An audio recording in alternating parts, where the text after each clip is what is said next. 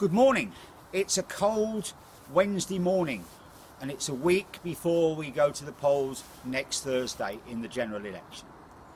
I'm John Whitby. I was going to be the candidate for UKIP for Peterborough, but I stood down because I did not want to split the vote for those who want to make sure we get Brexit. This is a vital general election. To anyone who is thinking there's no point, I'm not going to vote, they ignored me in 2016, I would say please do not do that. Make sure you use your vote and use it wisely, because we have some big decisions to make.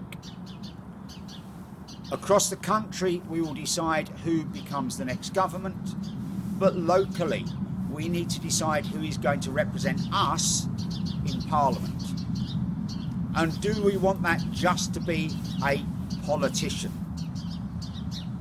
I've sat on the local council for 4 years up until May this year. I'm not a politician, I work for a living, I'm a maintenance engineer. And I believe that we need people in Parliament who are not just there to sit on their backsides, tell us what to do, be our masters, but have no knowledge of how to get things done. We need people there who've run businesses, who've been engineers, who've been doctors, not just lawyers. People who know how to get their hands dirty and get things done. And we certainly need that in Peterborough. So your choices here are quite clear. Realistically, for government, we're going to get either the Conservatives or Labour. But that doesn't mean we only need Conservative or Labour MPs.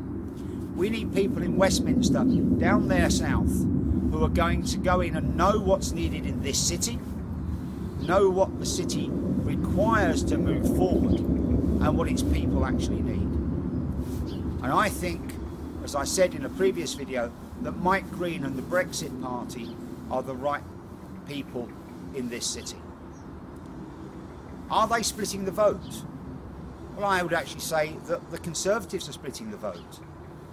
At the recent by-election, as I know to my cost, the Conservatives actually came third behind Labour and the Brexit Party. Labour would be a nightmare in government.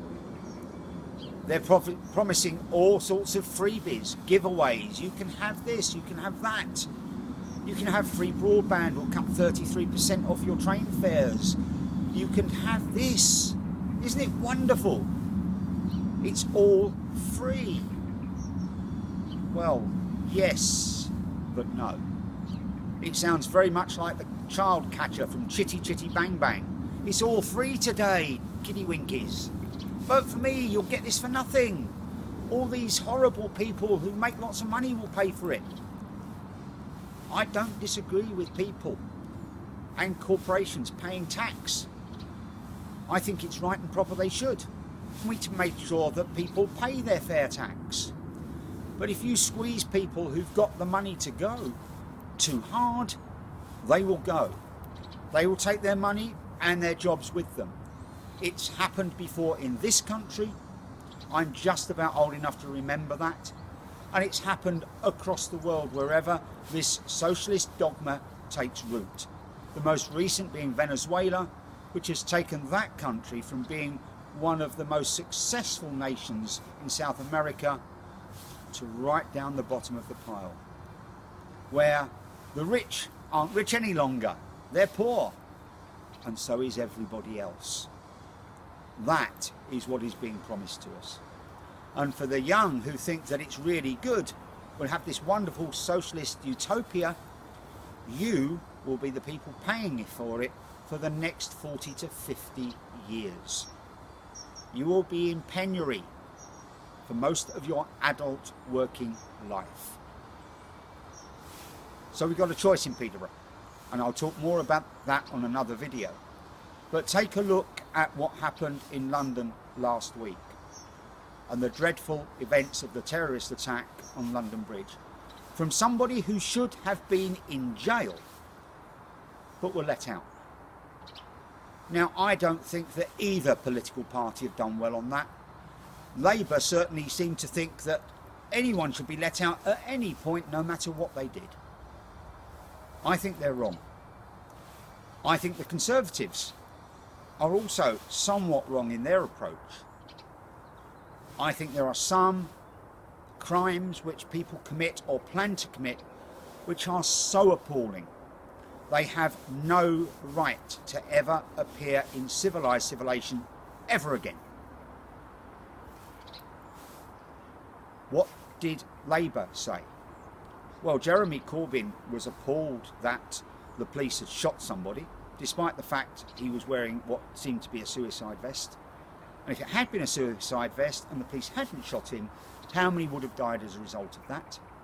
Diane Abbott doesn't seem to think that putting people like Usam Khan in jail and throwing the key away would have kept us safe.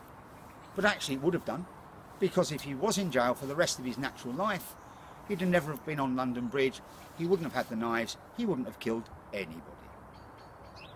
That is the level of stupidity being offered to us. So keep thinking, guys. You've got a really important decision to make.